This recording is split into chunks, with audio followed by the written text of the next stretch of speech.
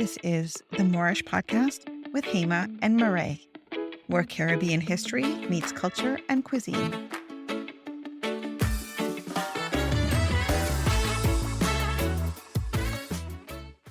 Hi, Murray.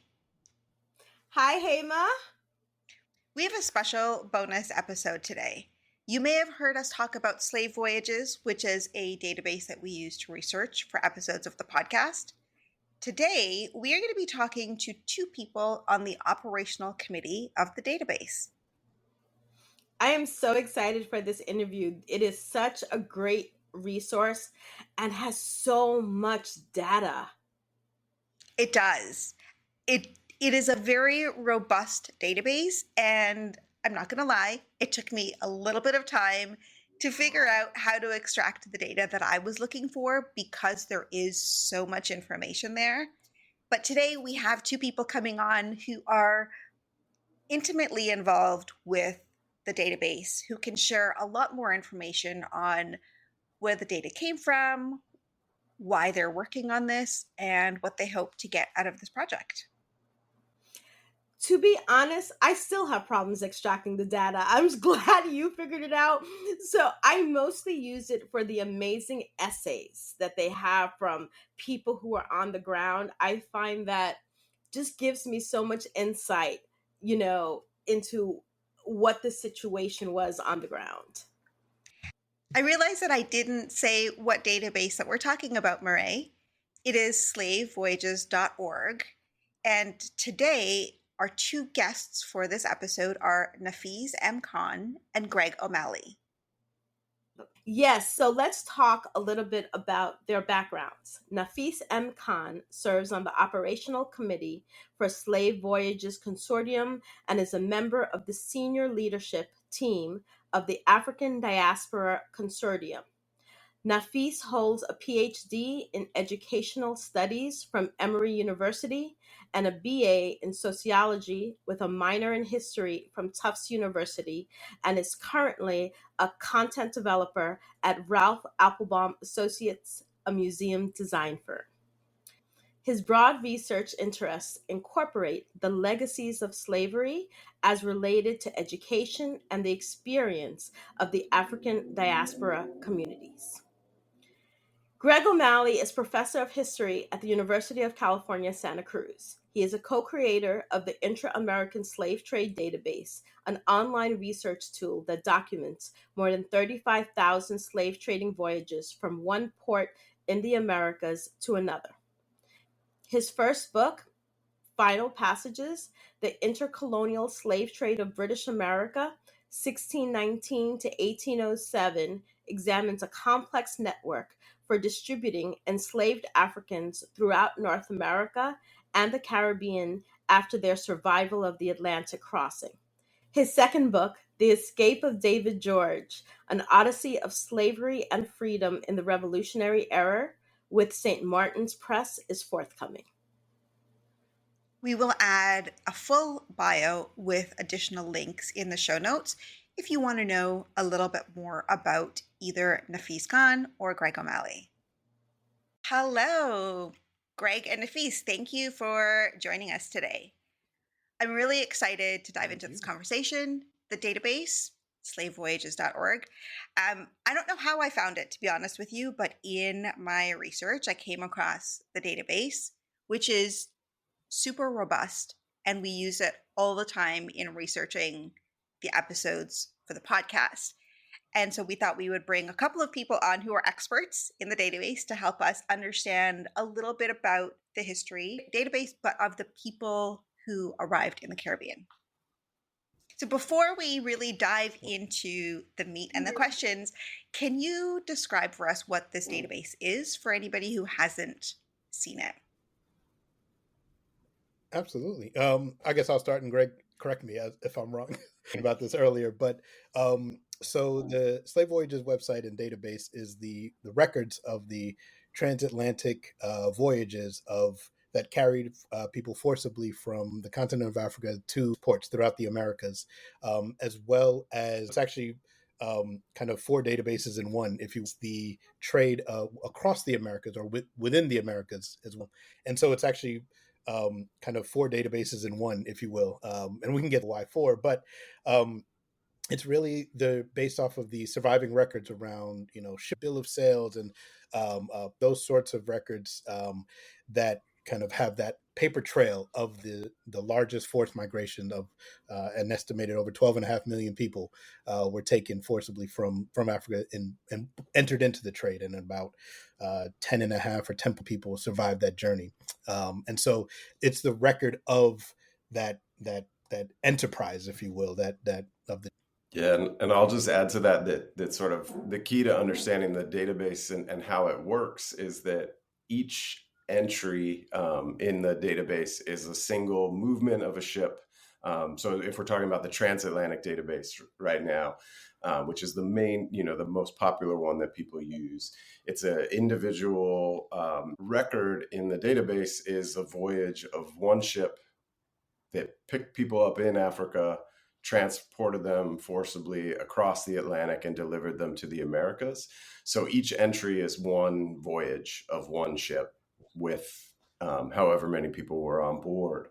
So, and then we add as much detail to that record as we can. So on the dates on which people boarded the ship, on which they arrived in the Americas, the numbers of people on board, who the owners and investors were in that voyage, any reported mortality on board the voyage, rebellions that occurred on the voyage, as much detail as we can gather about that one journey across the Atlantic, we include. But that's the unit of entry, sort of each entry in the database, and there's more than 35,000 of them. Each entry is a voyage of a single ship across the Atlantic. And that's where the name came from, is the voyage is the vessel, right? The ship. I mean, it is so robust, and I'm not going to lie, it took me quite a bit of time to figure out how to extract the right data because there's so much information, but it is super robust. So what I'm interested to learn from the both of you is, what is your involvement with the database? Absolutely. Currently, I'm on the operational committee for the maintenance, the upkeep, the day-to-day kind of database since 2006, when I was a doctoral student at Emory University, where it was initially housed. It had come out as a CD ROM, and initially in the late 90s, I think 1999 when it was published, and Emory got a National Endowment for the Humanities grant to take the CD ROM and put it online. And my background and dissertation and doctorate was in education. And so I was brought in as a sense of, well, how can we help convey this to a wider audience, not just historians who study the slave trade? And so I like to say, my advisor brought me to a meeting one summer, and she left after an hour, and I'm still there, 18 years later. But so I've worn a lot of hats with the site as it went from a CD-ROM to a website, and in terms of helping to present it, to work with teachers to develop lesson plans around it, to share it widely with those who do genealogy research. And so I've kind of been a lot of different roles on the project over the years. I like to say I'm tangentially a historian, right? My training was in education and kind of how we tell these stories historically, and so I like to say that I'm not a true historian. I'm tangentially related to historians like Greg. Good segue, Nafees. Yeah, so I'm a historian. I'm a professor of history at UC Santa Cruz, and my involvement in the project is mainly focused on one of these other databases. Nafees was talking about how it's 4 databases in one, and the original database is the one we've mainly been talking about, the Transatlantic Slave Trade database, which was all voyages that moved people from Africa to the Americas. My main involvement actually was in bringing in a second database to the project, which is called the Intra-American Slave Trade database. So that's looking at voyages where enslaved people were forced aboard in the Americas and moved somewhere else within the Americas. And that database also has more than 35,000 voyage entries in it, and it hasn't been a part of the site for as long, and it's not used as much. But depending on what place we're talking about at any given moment in the Americas, what community's history one is investigating, that database can be really important to use as well, because many people, we tend to think of that infamous Middle Passage across the Atlantic as the slave trade experience. But the sad truth of it is that many people who survived that Atlantic crossing, the forced migration story was not over for them. And so they might have landed in, say, Kingston, Jamaica, and spent a week or a few days there, only to be forced aboard yet another ship that rerouted them to Cuba or rerouted them to someplace in the one of the Spanish mainland colonies. So there's this further forced migration experience actually after the Middle Passage. You've for many mentioned people, that and my there's 4 research focuses databases. on Can you that tell us part of what the slave 4 trade. databases are?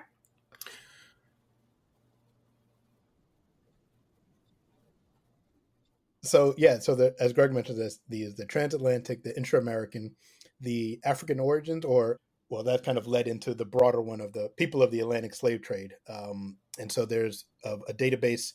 It's based off of the records of the transatlantic, but one is an African origins, which are enslaved or liberated Africans, people who were taken on board slave ships, and then those ships were intercepted by primarily British naval vessels, and they were freed and they were liberated. And in the process of doing so, their names were recorded. And even more uniquely, their African names was an attempt to write down their names there in those records. And it's about 92,000 records that we have of these liberated Africans who were taken to ports, primarily Sierra Leone, in Freetown, Sierra Leone, but another set of records came from Havana, Cuba. And so it is a record of individuals who were taken on board slave ships, but then were liberated. And that makes up one of the people of the Atlantic slave trade database. And then there's also one of enslavers database, which are the records of those who were ship owners, captains, investors, which are based in the transatlantic one, but it's kind of called out as well as the images database, which is it's a smaller one, but it's still a collection of images and lesson plans. And Greg, I'm forgetting one other database, aren't I? We put a few databases under this umbrella of the people of the Atlantic slave trade. And instead of being databases organized around voyages of ships, there are these databases that are organized around named individual people, or in a few cases, companies. So there's the people liberated off of slave ships. Those are all from late in the slave trade era, sort of in the 19th century, after Great Britain abolished the slave trade, having been one of its biggest perpetrators, but then turned against it and used the British Navy to try to intercept the ships of other nations engaged. And so when they would capture a ship, they would emancipate the people on board, and their names were recorded. For the vast majority of voyages in the database, we don't know the names of enslaved people. They're lost to us. The historical records just record numbers of people on board, not their names. But in this rare case where these ships were captured and people were liberated, we have their names. So we have that African origins database that Nafees described of people liberated off of ships. We have a database that tries to capture all of the names of people who invested in these voyages for both the transatlantic and the intra-American databases. So individual ship owners, companies that own ships in this business. And then there's also a small but hopefully growing database of named individuals in the U.S. domestic slave trade as well. Because in the 19th century, after the United States abolished the international slave trade, enslaved people could no longer be brought in from outside the country. There was still a robust domestic slave trade while slavery was still legal within the United States. And as part of the enforcement mechanism to prevent the international slave trade from continuing under the guise of being legal domestic trafficking of people, all traffickers who move people on ships along the coasts of the United States were required to register with port authorities, including the full listing of who the people were that they were transporting, the enslaved people aboard those voyages in the domestic slave trade. So that's another rare case where we have names of enslaved people. And so we've started creating a database of of those individuals. But that's kind of in its early I know, stages. right? I have about 17 questions based on what you just said. But I do have a question, Greg. You mentioned that the British were one of the biggest perpetrators. Who was the biggest? So it depends on exactly how you want to phrase the question. So for your interests for this podcast in the Caribbean, the answer is the British in terms of transporting people from Africa to the Caribbean. A little more than half of all enslaved people delivered to the Caribbean arrived on British ships. And then France would be almost a quarter of the people who arrived. And that's particularly focused on the French Caribbean colonies, not surprisingly. And then the Netherlands and Spain would be the next two biggest after that. The answer becomes a little different if we look at the whole transatlantic slave trade, including all of the Americas, and all of a sudden Portugal shoots to the top of the list because Brazil is such an important site of slavery and the slave trade. But for the Caribbean, Portugal has very minor involvement, basically a little bit of delivery of enslaved people to some of the Spanish Caribbean colonies is where Portugal would appear a little bit, especially in the earliest decades of the slave trade. But for the Caribbean as a whole, Britain is the biggest player in that trafficking. Mm-hmm. You, Nafees, in your conversation about what your role is, talked about maintenance of the website. And I think based on what both of you have said, the work is ongoing and records are still being uncovered. Or can you speak about that a little bit? So, as I mentioned before, it used to be housed at Emory University for much of its early years. Since it launched in 2008, is when the site went public. It was literally in the basement of the library on a server, right? Like it was there, and we depended on the coding and kind of technical support from the library, which was tremendous, for those years, and the amount of financial resources that goes into that. But realizing over those years that that's not a sustainable model going forward to depend on one institution, just as as all institutions grow and people change and people move on, retire, what have you. And so the idea of a consortium of institutions grew out of that to kind of help maintain and disperse the opportunity of maintaining the site. We established, I think initially it was 7 institutions, and I think we're now at 9. So Emory, Rice University, the University of California, 3 campuses of the University of California, the Hutchins Institute at Harvard University, the National African American Museum in DC as part of the Smithsonian, the Omohundro Institute, which is part of the College of William and Mary. Then we have one of the UE campuses, the University of the West Indies, Cave Hill. I think 2 years ago they joined, or a year and a half ago. And then Washington University in St. Louis is another one of the newer additions to the consortium. Yeah.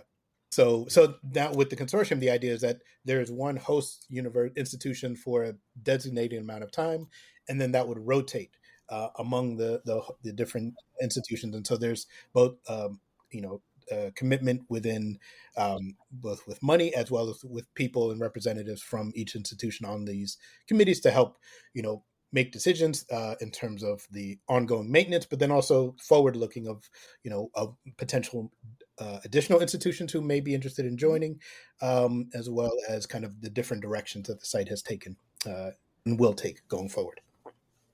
Yeah, and I can speak a little more to the data itself and the sort of historical records. Mm-hmm. The belief is that the Transatlantic Slave Trade database is fairly complete. Probably something like 90% of voyages that moved enslaved people across the Atlantic have been documented. And part of where that estimate of the percentage of how complete it is comes from when new collections of records are sort of mined for information by historians. How often do we find new voyages that haven't been documented before, or how often are we just refinding new points of information about the same voyages that are already in there?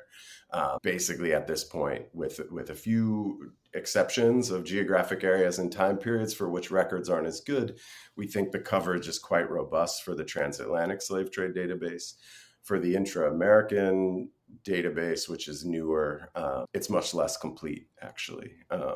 So even though it has now more voyages in it, most of those voyages move smaller numbers of people. So it's not documenting the movements of quite as many people, not nearly as many people, in fact.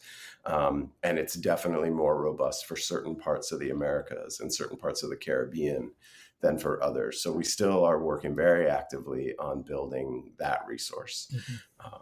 Yeah. Can you expand a little bit on, like, because you talked about historians here and there, but how do you collect the data? Like, Yeah, that's a great question. And the truth is it's really tedious work. Nafees mentioned some of the kinds of records that we use. So we look at things like port records that were kept. So port officials who are responsible for, import taxes and export taxes would monitor the comings and goings of ships for governments coming in and out of a particular port, and would record the names of ships, the captains of ships, and then what was on board. They're usually thinking about cargo, but in the case of the slave trade, of course, who was on board. And so because enslaved people were treated as commodities for trade, they appear in these lists of cargo. And one of the bizarre facts that results from that is that we can actually better document the movements of enslaved people in the slave trade era than we can the movements of free people. Because this record keeping of trade and people being treated as commodities for trade creates this paper trail that actually doesn't exist in an era before people carried passports and had to check in with immigration authorities and things like that. Free people's migrations, we can't really monitor. So we look at those kinds of port records. Newspapers reported on the comings and goings of ships and often on what or who was carried. Some of the letters of merchants and traders who organize these ventures survive. So they write to one another to coordinate these long distance trade efforts. So there's lots of different kinds of records that leave a trail of these voyages. And so when we go through, if you go to an archive, say the British National Archives, which is one of the archives I've worked in a lot, these reports would get sent back from all these British colonies in the Caribbean and North America, usually quarterly, with a report of all the ships that came in, went from that port, and they all end up back in the British National Archives. And they're they're handwritten, but they look like a big spreadsheet. They have, rows and columns, and they'll list the names of ships, the names of the captains, the dates they arrived, the dates they left, and they report on the cargo of the ships. And so I read through those and look for references to enslaved people being part of what they considered the cargo in this, really uncomfortable commodified language that they're talking about, the trafficking of people. And then step one is simply to search the databases that we already have to see, do we already have a record of this voyage, or is this a new one that we've never encountered before? And then either we try to improve the entry that we already have or create a new entry. And so we just pull out any bits of information that are there that are useful. Who were the owners listed for this ship? Who was the captain of the ship? How many people were on board? And the dates, where were they coming from or where were they going to? All that information we try to capture into an entry, and we do it one at a time. So each of those 35,000 plus entries in the database involves some researcher, some historian out there finding a record of this and one at a time documenting each of those voyages. And over time, and with a collaboration of dozens of researchers all around the world working in different archives in different places, it slowly accumulates into this robust resource that is available now. So it's quite painstaking work.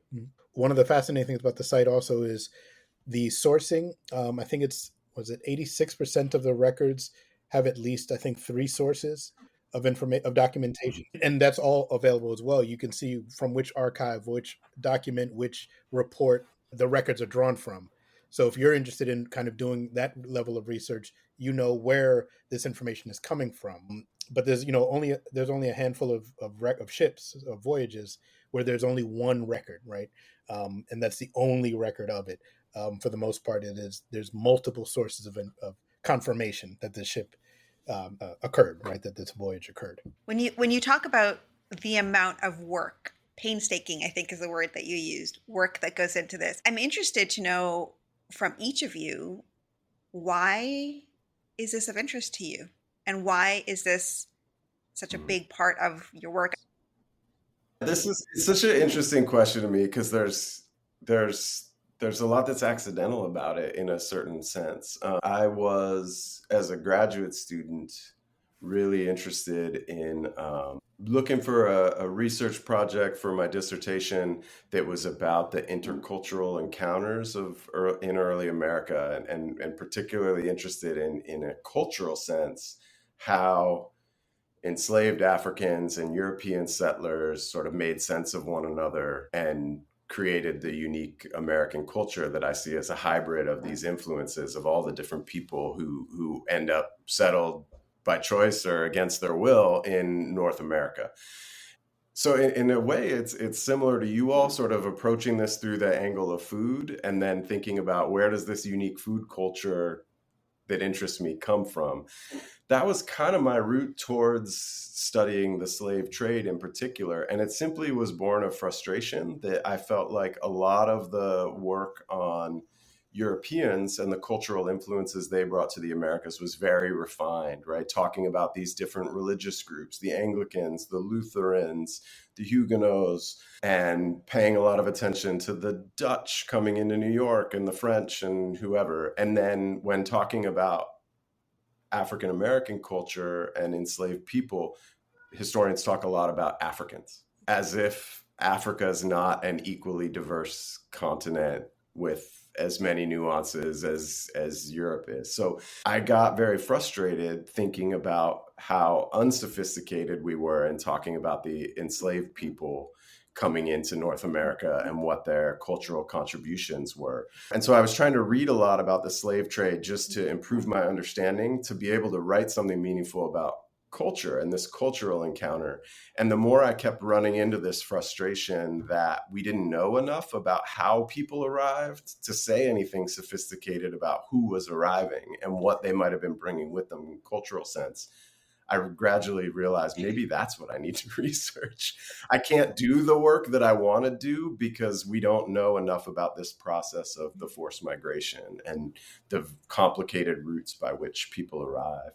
And the reason my work is focused particularly on that intra-American trafficking after the infamous Middle Passage is that for many colonies in North America, and it's true for some of the Caribbean islands as well, basically those transatlantic traders, the people coming from Africa to the Americas, trafficking people, those ships tended to go to the same ports over and over and over again, where there was a very robust market for enslaved people. And so they would go back to Kingston, Jamaica. They would go back to Bridgetown, Barbados. They would go back to Charleston, South Carolina, again and again and again. But we also know slavery is in all kinds of places in the Americas as an institution. But many of those places, you can't really find much information in the Transatlantic Slave Trade database. And it's because they were sort of secondary ports of the slave trade. And they relied on those big hubs like Kingston, Charleston, Bridgetown to reroute people from there to all these other places throughout the Americas. And so I started looking into that to understand better. How did enslaved people end up in North Carolina, right? The ships are going to Charleston over and over again. We don't see many ships going to North Carolina. We don't see many ships going to Georgia. And yet we know slavery was a big institution in these places. So what's happening? That's a very, very long answer, but that was kind of how I ended up studying the particular aspect of the slave trade that I do. It was just a frustration of not being able to understand well the kind of cultural origins of enslaved communities in various parts of the Americas.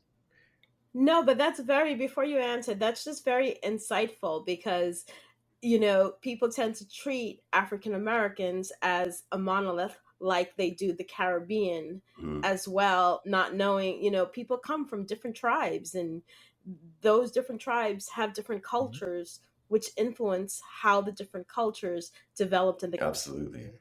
And it was kind of a similar in that. So in the education that I was doing, I was, kind of backed into a doctoral program. I was there just to do a master's in education and then go back to New York was my plan. And when the opportunity came up to do a doctorate, I took a history class on race and ethnicity in Brazil. And actually, one of our other colleagues, Alex Baruki, who's a scholar at UC Irvine, he was in that same class. And it was there that I realized that, to your early question about who was the biggest perpetrator, that I always knew that Brazil had a large Afro descendant population, but I had no sense of the scale, right? No sense that nearly 5 million people were brought directly to Brazil from Africa. And I think it was around the same time that George W. Bush was asked I think he asked the Brazilian president Lula at the time of, did they have like black people there? And there was, mocking of him, kind of appropriately. But then I started like reflecting a little bit. I'm like, but I didn't know the scale of that either, right? And so realizing, yeah, my background's from Jamaica, so I had a sense of the Caribbean. And growing up in the U.S., I had a very strong sense of Black communities in the U.S., but no sense of the rest of it. So my question was, well, how do we teach that? How do we tell these stories in textbooks, in lesson plans, in our general kind of the general public? How do we retell the story of slavery? And so that began my interest of looking at, well, how is it done in the U.S. and how is it done in Brazil? So that's what my research for a long time was on, how we study, how we teach the story of slavery in the U.S. and in Brazil. And, that is then joining the Slave Voyages project was a happy accident. My advisor was asked to join a meeting around developing lesson plans. And so she was like, hey, do you want to go? That's where I met David Eltis, who was kind of the organizer, who kind of the real head of putting this together, putting it online, and just seeing, and still very much involved. And so it was just, happenstance that I joined the meeting, but then really realized how much I didn't know, and in a good sense of like, there's so much out there, but then how do we convey that to the rest, to teachers in a teacher ed program, to students who are going through it? We still use the term triangle trade, right? That's the term that most people in the US, when they go through schooling, they remember Middle Passage and triangle trade. But triangle trade only talks about pretty much half of the trade. It doesn't talk about the Southern Atlantic going to Brazil. And so it skews our perspective. And so that's what I got interested in is how we retell these stories, how we continually either perpetuate, inaccuracies or misframings, or, how can we tell these stories in a more honest and more truthful way. And so that's how kind of stumbled into working with the database particularly, but it was more broadly around kind of the differing communities and the differing Black communities around the diaspora, if you will, right? And really seeing the diaspora writ large, right? Seeing it across and within the continent, right? As we've mentioned before, that the way oftentimes we talk about Africa is as a monolith, right? As a society, we tend to just say Africa, or maybe sub-Saharan versus Northern Africa, and that's about it, and not really dive into, the full. I mean, diversity doesn't seem to capture the real range of differing languages, different traditions, the internal migration within the continent of Africa, and so that level of detail really changes how you frame the question, how you frame talking about Africa. And that's what really got me interested in this kind of ongoing project, ongoing retelling and sharing of history, of education in general. There's so much that you both said, and I think you've given me an indication to my next question. Why was the decision made to take this from a CD and out of sort of the academic and historian only database and make it available to the public? The CD ROM, when it was published in '99, I think it cost about $250 or $300. And if you remember CD ROMs or CDs, right? You can't update them. Once they're printed, they're printed. And so between the cost and that limitation of just whatever there, it really created a barrier to using it. I mean, many people still made use of it, but who had $300 or so to purchase that? Mainly institutions, universities, things like that. I think it was about 5 or so years that then David Eltis moved from. He was at Harvard, I think, at the time, and then moved to Emory.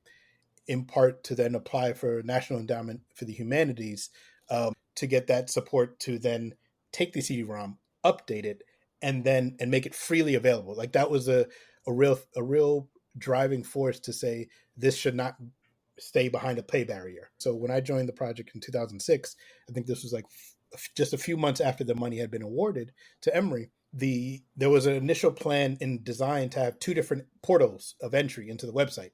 One was going to be for researchers and one was for the general public. And very quickly we scrapped that because we didn't want to create another barrier, an arbitrary barrier to the information.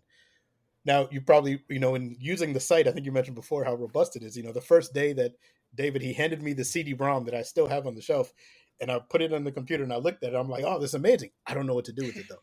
Like, I didn't know what to do. I knew it was important. There's 27,000 records of voyages on the CD-ROM, if I remember correctly. And I remember thinking, like, I don't know I know it's important. I just didn't know what should I do? What sorts of questions? And so that's where the website kind of as the accuracy or the robustness and making sure the site works and the adding of new information, updating is a key part of it. Nearly as important is, well, how are we contextualizing this information? What is the language that we're using to describe enslaved Africans? How are we helping people generate the questions that might be of interest to them, right? To kind of get them into the database. Maybe we can have timelines or maps or time lapses. And so that those sorts of elements or features kind of grew out of the fact of we need to help people make use of this. One of the first things we added in addition to maps, were lesson plans, because we knew teachers of all years were going to make use of this. So let's at least give some structure, even if it's just using a map or a timeline from the site, at the very least, they're still using it off of, they're using more up-to-date information and getting in that habit of research and historical records and the nature of historical records. So that was kind of that driving force of, yes, updatability and sustaining it is a key motivator, but it was also, this needs to be accessible, right? It needs to be speaking to a wider audience than just historians and those who have an inkling for this type of information. Yeah, and I think one of the things that's been really interesting about this project story is the fact that it predates the internet. It even predates the CD-ROM version. The CD-ROM version was the first published version. But the first version of it was actually on punch cards. If you know the history of computing, there literally was like a physical note card for each voyage with holes punched out, and you could feed all of the cards into a mainframe computer that was like as big as a room on a university, on a university campus, and run a single query. So you would set up the computer to be like, okay, how many men and how many women on these voyages? And then you feed in all the note cards, right? And they go through, and then it spits out some results. That was the original version of it. And then it migrated to a CD-ROM to be published in the 90s. I mean, I think that first version was late 70s, right? I mean, so this is way before either Nafees or I were involved in the project.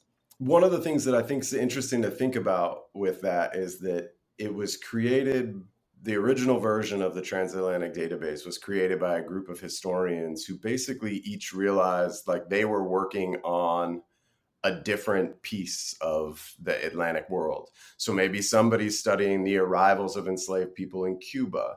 Somebody else might be looking at the voyages that were being organized in the port of Liverpool to go to Africa and acquire captives to take to the Americas, right? All these different researchers working on their corner of the Atlantic world started talking to one another and realizing that they're gathering very similar kinds of information ship by ship. And if they aggregate that, if all these researchers pool that information together, for the first time ever, we could get a handle on the scale of the African diaspora, right? There wasn't really a consensus on how many people were drawn into this trade, who were the biggest perpetrators of it, what were the main routes.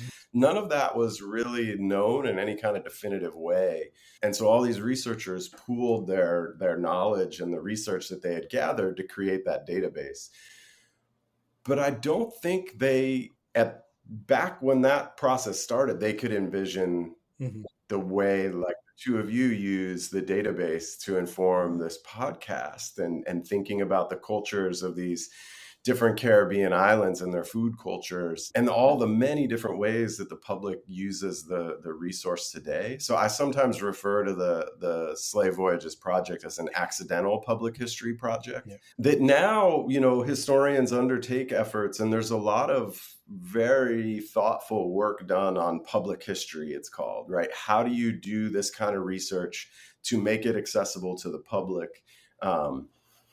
And this project started before those conversations were really happening. Those are conversations that are kind of born out of the internet era, when it's much easier to share this kind of work with the general public. And so we're kind of retrofitting the project to engage with the public, where it was actually started as a thing of a bunch of, nerdy academics making their database just to answer some questions that were of interest to them. They couldn't imagine a means of sharing it with the world in the way that it's shared now. And so one of the things those of us who've kind of inherited the project and are involved with it now, like Nafees and myself are doing, is trying to figure out, how do we catch up to this field of public history? How do we better engage with the public? How do we change the way we're presenting the material to make it more humane, for lack of a better word? So we've been working on just like revising some of the terminology used on the site so that it is a little more sensitive. And how do we make it easier for people to get in and find what they're looking for? You talked about the difficulty of using it. It's not an easy resource to use necessarily. All of that is stuff that we're actively talking about now, but it's a big ship to try to turn. One thing that's really, Greg reminded me, was the emails that we get to the site. So including the invitation to come here. But I think over the course of, since the site is launched, I would say the K-12 audience has been the most consistent email, in addition to kind of, well, the one that goes a question around Irish slavery, both students and teachers alike. And, my favorite email that we ever got was a sophomore high school student at like 11:30 at night on a Tuesday wrote in and said, "Fix your damn site. I have an assignment due tomorrow," because the site went down for a few hours that evening. And just the motivation to write that email and to curse us out, rightfully so. But I mean, just to get to a point of like, I need to finish this. I need to let them know that I can't finish this. It endeared, the site was only down for a few hours, but still, like it made us realize that, at least for me, that it was, not that it matters, but in the sense of like that people were using it, that students were using it, that even if they were just trying to get the map down or get the table down that they needed to complete the assignment to answer the question, it was still being utilized in that way. And so it really, I love the succinctness of that email, but then, also sad that he ran into that frustration for sure. But I think it just proves the point that it's such a valuable resource. Absolutely. I, for one, I'm very appreciative of all of the nerdy academics who put the work in, because it makes it easy or easier to find as much information as we're looking for. Every time I go onto the site, I find something new. You mentioned David Eltis a number of times, and he has an article, I'm very much going to paraphrase, where he speaks to why it was the African continent where most of the people were taken and forced into slavery. And I would love to hear some thoughts around that. My thoughts, in part informed from that article from David and a couple other ones, but if, the way I've viewed the trade and how I've kind of taught about it is, it was very much based off of, greed, racism, and violence, right? That it was a coupling of those elements, because, I think the idea of who is eligible, right, to be enslaved, to be targeted in such a way just based off of who they are. We know the trade evolved out of pre-existing networks of prisoners of war and slavery within the continent, and expanded upon it. But the insidiousness of it, where it was very intentional, it wasn't an accident. A lot of school books used to write, and some still do, where they'd say, the settlers in the Americas needed labor. They had no other choice. They had to turn to Africans because the indigenous populations had been decimated so much. So they had no other options but only the Africans. And that's not really the case, right? It wasn't like we have no other choice. We have to enslave these other people. And so I think it's this, there's many who've written on like kind of the evolution of racial identities and racism and that kind of language. But I think there was an opportunity seized upon and then used race to justify it expanding and accelerating and being even more insidious, right? That to me, that word is really incorporates the intentionality that this wasn't just market forces. Well, it had to be. It would have been cheaper. I mean, I think if it's not in that article, I think David and a few other people have argued the insurance costs alone of traveling from Europe to various ports in Africa and then to the Americas was more expensive than if they were to enslave other Europeans and go directly to the Americas. So it's not strictly a financial benefit to do so. There has to be something else at play. And I think the justification of Africans and the view of Black folks in general, being somehow less than, I think it's very much embedded, right? It can't be divorced from the reasonings, right? But I think how it evolved is an interesting detail as well. But I think it is very much based off of racism, greed, and violence, right? That those are the means and the wherewithal of kind of, or the pillars of the trade, if you will, in that way.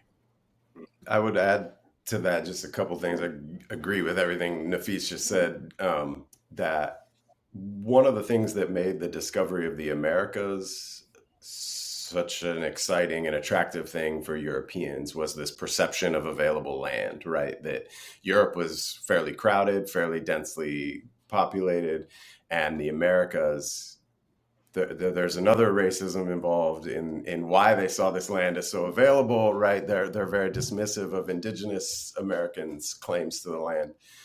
But nonetheless, in just terms of number of people, it was a less densely settled place. And so part of the attraction was that land was available.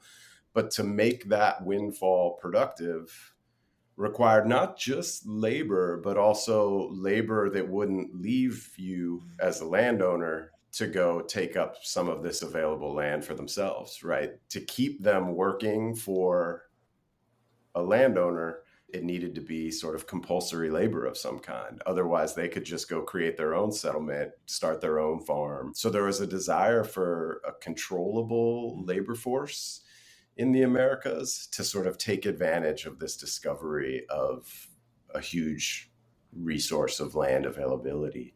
And so I think that's one key sort of part of it, is understanding this weird economy that existed in the Americas, where land was an abundant resource and people were a scarce resource, basically, to make an economy go.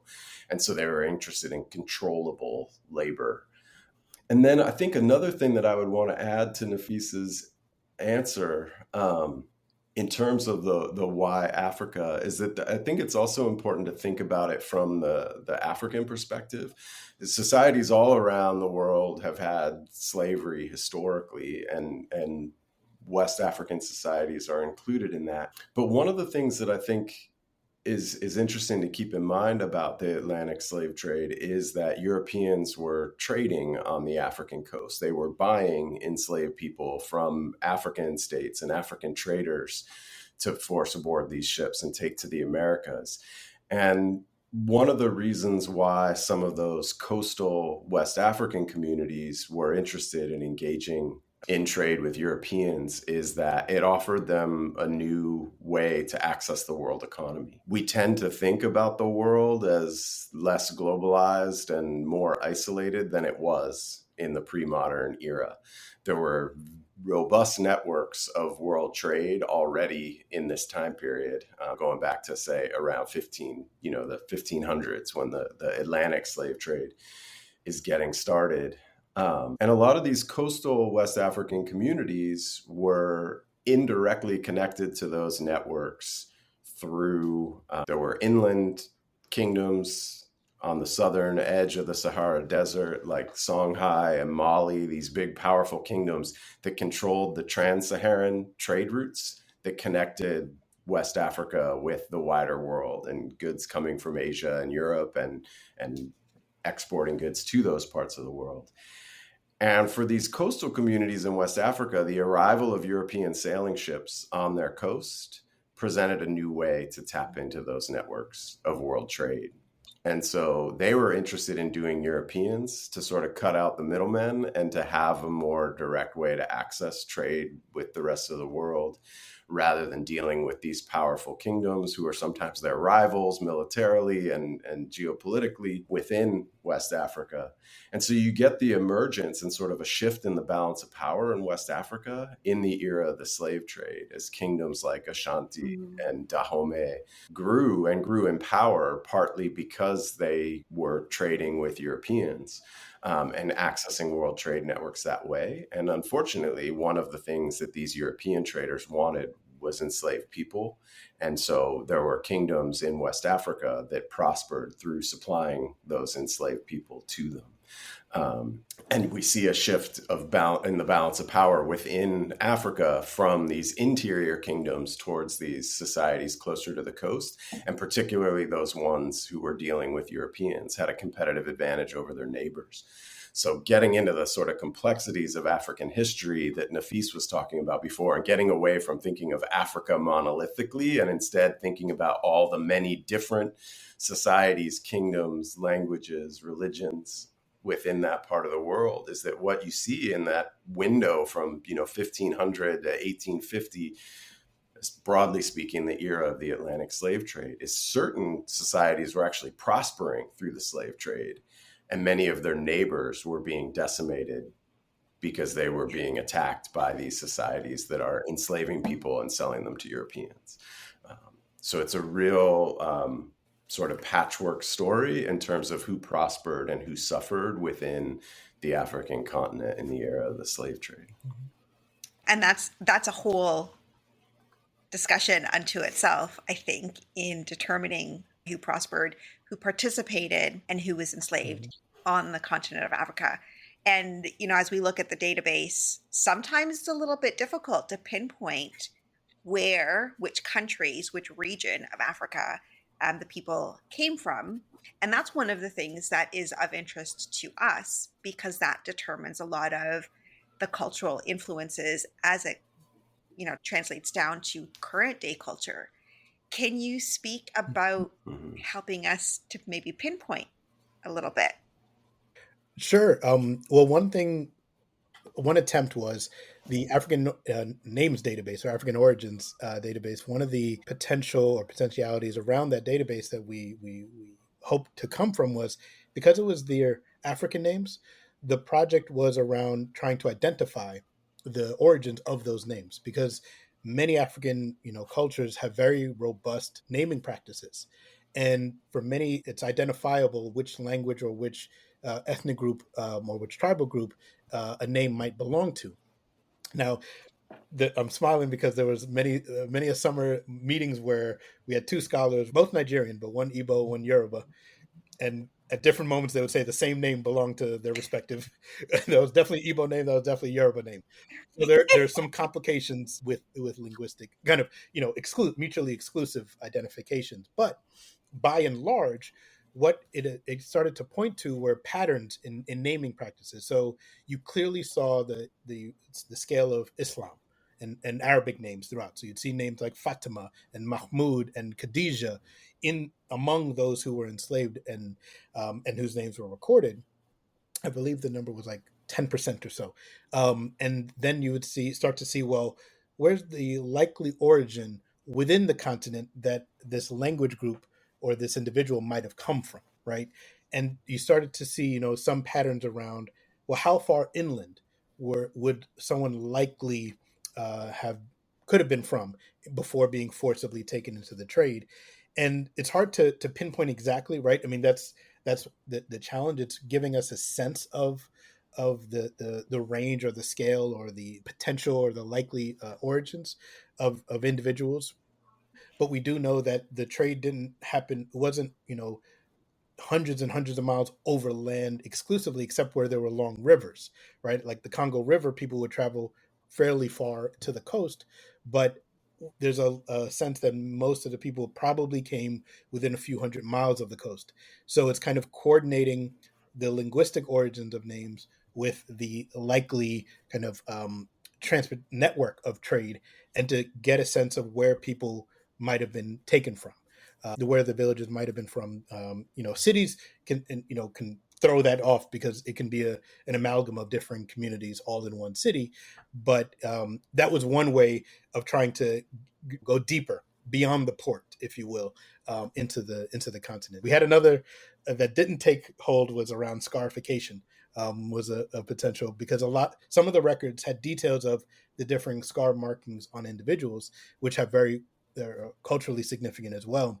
And that, I think that there's still enough there for another researcher to dive into, but that was another attempt to kind of help to identify more closely or more in detail the potential origins of where people might have been taken from. Yeah, and all of those attempts deal with that one particular database of people in the abolition era, right after Britain had abolished the slave trade, where people were liberated off of ships that the British Navy captured, which I think points to a sort of more general piece of advice I would give in terms of using the database to think about different islands or different colonies or territories or modern nations, and where did people come from who ended up in this place and shaped the culture in this place, is that it's important to think about time and when the slave trade was active to a place, as much as it's important to think about just like where were people coming from according to the database. Because over time, people coming from, say, the Bight of Biafra is one of these regions. It more or less maps towards modern Nigeria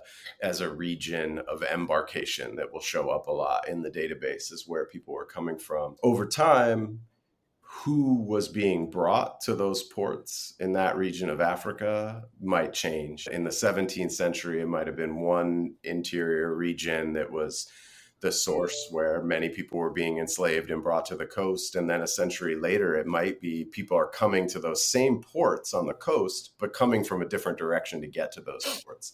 And so culturally, that might mean something different in terms of language and culture.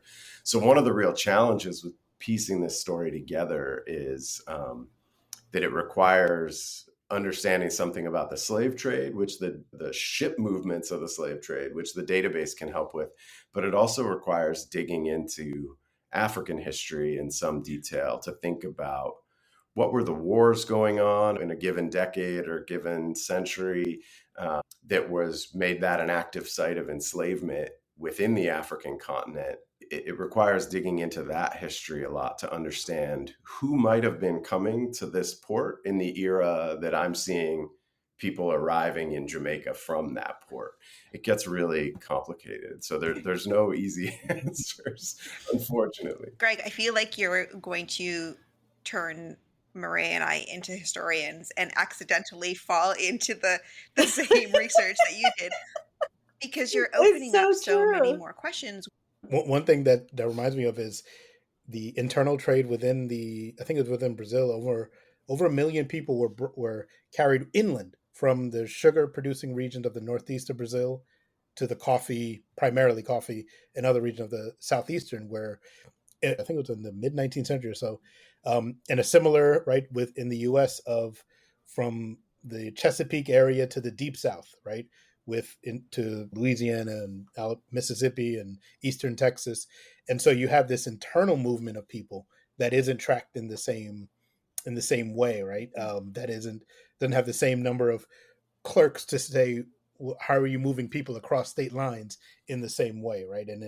But that work is there. I think it's one of the areas that Washington University are studying, that internal trade, to try to get at a fuller picture, a more comprehensive picture of this internal movement of people, because that also tells, following what people bring with them, or what not just cultural traditions, but responses that they have to their new circumstances, right, and how that creates new cultures or modified cultures in those new areas.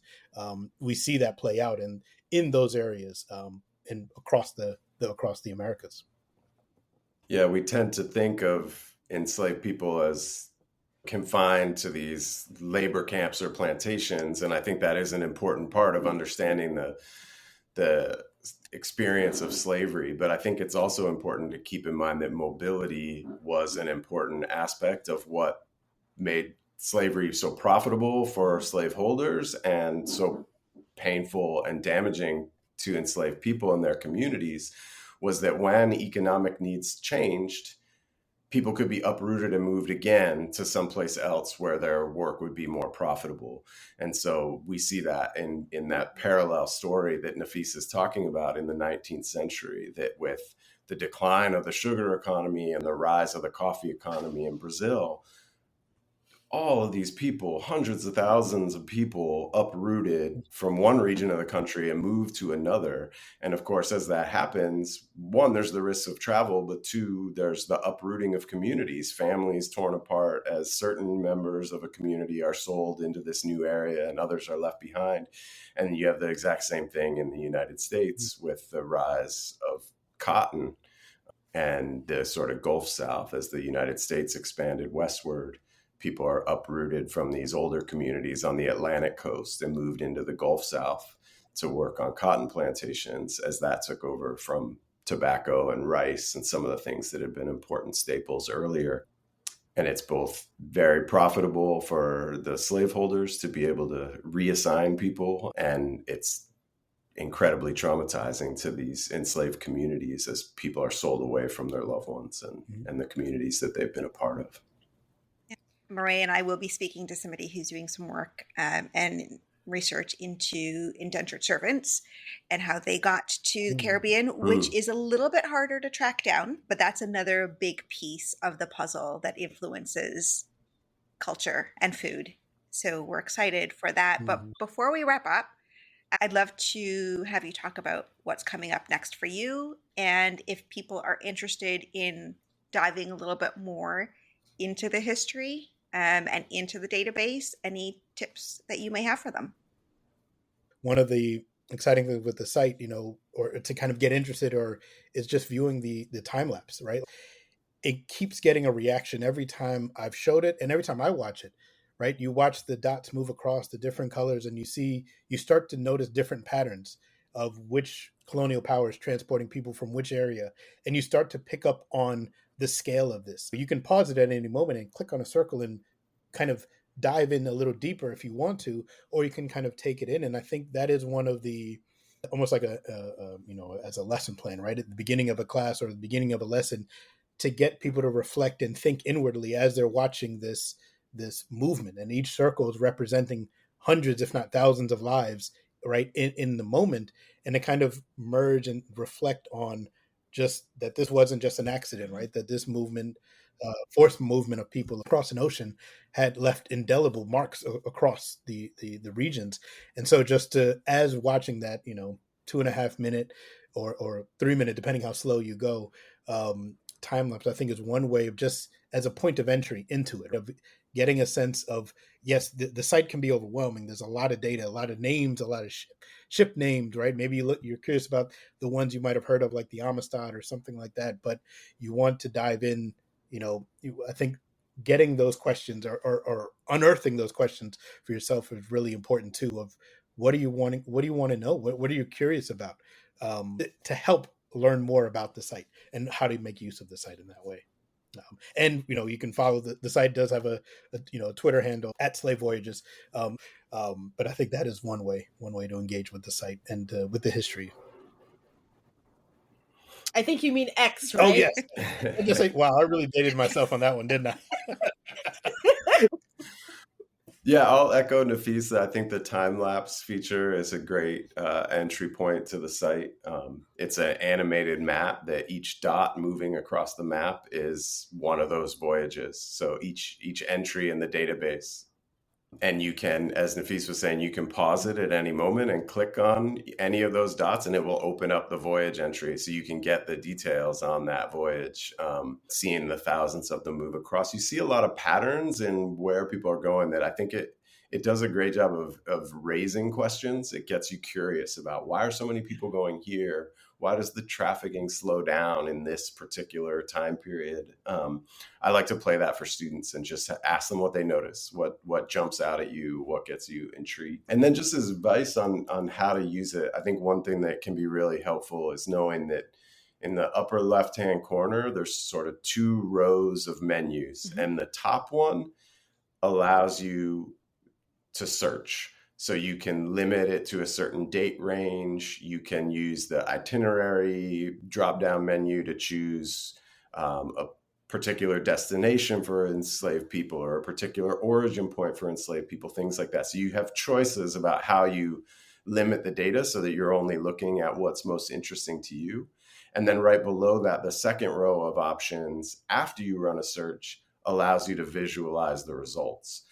So one of the choices there is the time lapse. You can look at a sort of animated map of whatever voyages come up in your search within your parameters. But you can also create tables or charts or timelines or things like that to just visualize the data that the database spits out for whatever your search is. So sort of realizing that those are kind of 2 separate rows that serve a different function. One allows you to search, allows you to tell the database, this is what information I want. I want all the voyages that came to Jamaica, and I'm only interested in these 2 decades for some reason. Whatever it is, you can limit the search in that way. And then the second row of options allows you to then say, I want to see that data on a map, or I want to see a pie chart of where were people coming from in Africa who ended up in Jamaica in those decades, right? It's that second row is all about how you visualize the results so that you can see what you want to see in the data. Those are great tips. I didn't know about sort of the 2 different ways. Greg, you have a book coming up. Yeah. Thank you for bringing that up. Yeah, it's a little bit of a departure for me in that the new book, my first book was about that intra-American trafficking of people. It's a book called Final Passages. But this one is a bit of a departure. And in some ways, I think of it as the antidote to that first project for me as a scholar. And that one of the things that was hard, I mean more in like the emotional sense than in the doing the work sense, about that first project was that the enslaved people at the heart of that story of the slave trade remained so frustratingly anonymous. We already talked about how for the vast majority of these voyage entries, we don't know the names of the people, and it's hard to know much about them and how they experienced this traumatizing trafficking in the slave trade. And so the whole time I was finishing that project, writing that book, I was sort of fantasizing about a next project that I would do that was had more of a human face and was more individual centered, and eventually stumbled on a really interesting source. And I'm writing a book about a man named David George, who was born enslaved in colonial Virginia, and then just had a remarkable odyssey of a life through attempts to escape enslavement that took him many different places, never back to the plantation that he left, but his first several escape attempts were kind of these out of the frying pan, into the fire experiences of captivity and re-enslavement in different circumstances. He's taken captive by the Creek Indians in what's now Georgia at one point. He is then sold to a fur trader and works in the fur trade for a period of years. He ends up on a plantation in South Carolina. And finally, at that point, he converts and becomes a Baptist and becomes a preacher and leads an enslaved congregation, it's arguably the first Black Baptist church in North America. During the Revolutionary War, he runs away to the British Army with his family and a bunch of members of his congregation in tow, and they make this mass escape during the Revolutionary War, using the opportunity of war to escape the United States. And so one of the ironies of the story is that he has to escape the United States to find liberty during the revolution, when, of course, white people are fighting for what they call freedom and liberty from Great Britain. He's running to the British to get liberty from the Americans. So it's the sort of life history focused on David George, but trying to illuminate a lot of things about the history of slavery and its significance in early America and the era of the American Revolution in the process. So the Escapes of David George is the title, and it's due out. It's due in to the publisher by the end of this year and due out probably a year after that. Wow. Actually, you talking about that just reminded me of a book I read in college. I believe it's the first ever first-hand account of a slave. It's called The Life of a Slave Girl by Linda Brent. Yeah, Incidents in Slave Girl. Yeah. Thank you. It was actually assigned reading for a cultural anthropology class I was taking. Yeah, so it's very interesting that you read it as by Linda Brent, because that was a pseudonym under which she published it, and it's the account is now usually published under the Harriet Jacobs name. It's an interesting sort of evolution of that account, and how it's presented. And more recently, they've identified who the slaveholder was who owned her, which she used pseudonyms because she was a runaway slave and she ran to the North. She was from North Carolina.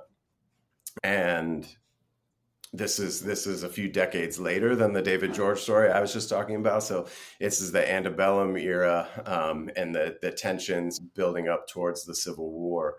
And under fugitive slave law, she could have been captured and returned because legally she was still the property of this slaveholder who she had escaped in North Carolina. So that's why she published under a pseudonym and used fake names for the slaveholder and other people, family members and community members who she describes in the account.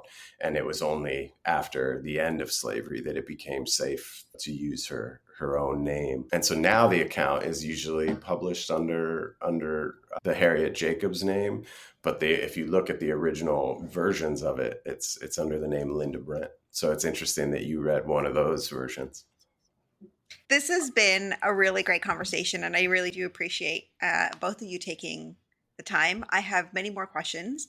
If we had infinite amount of time, I would love to know what your thoughts are on the call for reparations, but we're not going to go there right now because we don't have the time. It was such a pleasure, and thank you so much for taking the time to speak with us today. I think we learned so much, and it's such a valuable tool. Thank you. Yeah, thank you both for having us. It was a pleasure to talk with you. Absolutely. Have a great day. Mireille, what an episode. That conversation with Greg and Nafees was so chock full of information. It was, things like race, culture, ethnicity have always been so interesting to me, and just learning how deep the African records go was just so enlightening. For anybody who doesn't remember, it is slavevoyages.org. There are student lesson plans, there are interactive maps, databases, searches that you can do, and it is a super resource if you're looking at getting a little bit more information about the slave trade. So that is it for this episode. You can find us on Instagram, YouTube, and TikTok at The Moorish Podcast. Keep an eye on all of those platforms for more bonus episodes and details on Season 2. Thanks for listening to this episode of The Moorish Podcast. You can find us on TikTok and Instagram at The Moorish Podcast. Come back next week for our next episode.